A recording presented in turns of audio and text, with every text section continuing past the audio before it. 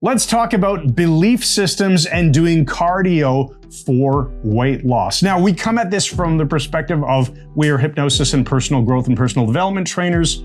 This is Mike Mandel. I'm Chris Thompson. We run MikeMandelHypnosis.com. Now,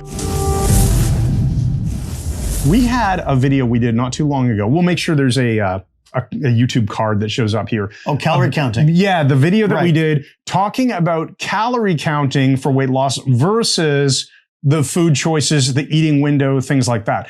And the idea being here that there is a cause for every effect. Sure. Yeah. And when it comes to weight loss, the cause is the thing that you do consciously, the change that you make, and the effect is the unconscious result. Right, which is, so it could be you're reducing calories on purpose, consciously starving yourself, you lose weight, or you choose to eat different quality of foods, or you choose to do exercise. So you're making conscious choices that are resulting in the weight loss as your body adjusts to all of these things. The conscious thing that we change causes an unconscious effect. So it could be weight loss. It could be I lift weights, therefore I gain muscle. That is an unconscious process in your body. So now what about cardio, right? Well, I think a lot of people aim at cardio as the means of attempting to lose weight. I think so, because I think a lot of people come at it from the perspective of if I consciously decide to go for a run, ride my bike, I'm going to burn more calories. Right. And that is true, but it doesn't always result in weight loss. No, because we get hungrier.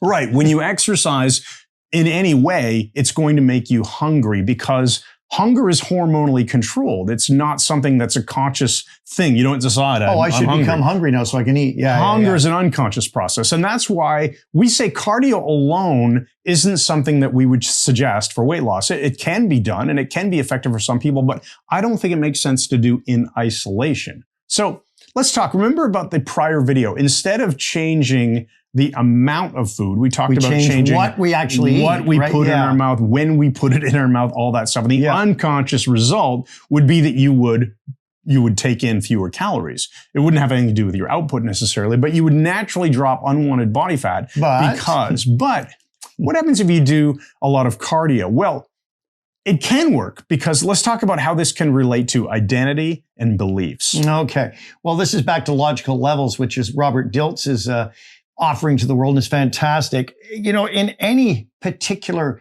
endeavor that we're involved in, our beliefs are immensely powerful, but identity statements are really probably the most powerful of all. I am a healthy person. That will then move down through every part of your life and will cause you to make decisions and change your behaviors that will line up with your I am statement. Yeah, 100%. So if you identify as someone who is a healthy person, I am getting, or even a process-oriented statement, like I am getting fit, I am getting leaner and stronger. If you have that kind of identity statement, now let's say you're like me and you hop on your Peloton bike and you do, because I do cardio, and I start riding away and I'm loving it. And my identity statement is that I'm getting healthier and thinner and stronger and all that.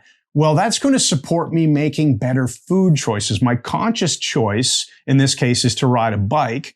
My unconscious choice might be it's reinforcing unconsciously better food choices.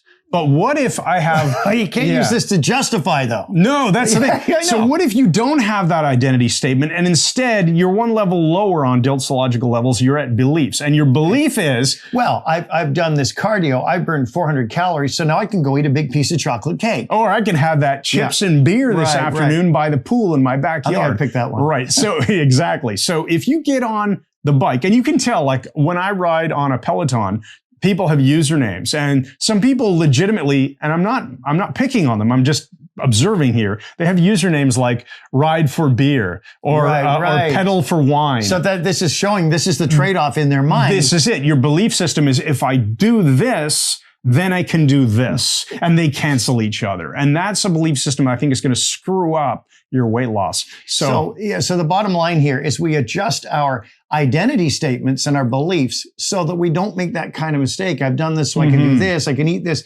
And we let our exercise reinforce our food choices based on this identity and belief that we begin to hold. 100%. So that's pretty much what we wanted to say. You have conscious things that you intervene in your life, and you have unconscious results, things that those causes effect. Nice. And you want to make the changes that are going to support you. And if your change is an identity statement and a correct belief, scientifically founded belief. I believe that I am getting stronger. I believe that riding this bike is going to help me reinforce making unconscious, easy food choices. Do that. So, I like it. All right. So check out our Wellness Academy, which is, by the way, included in our personal growth membership. We have a low-cost monthly product called the Personal Growth Membership. We'll put a link here under this video in the description for the Personal Growth Membership. Our Wellness Academy is included, and it's pretty awesome. And we created that many years ago.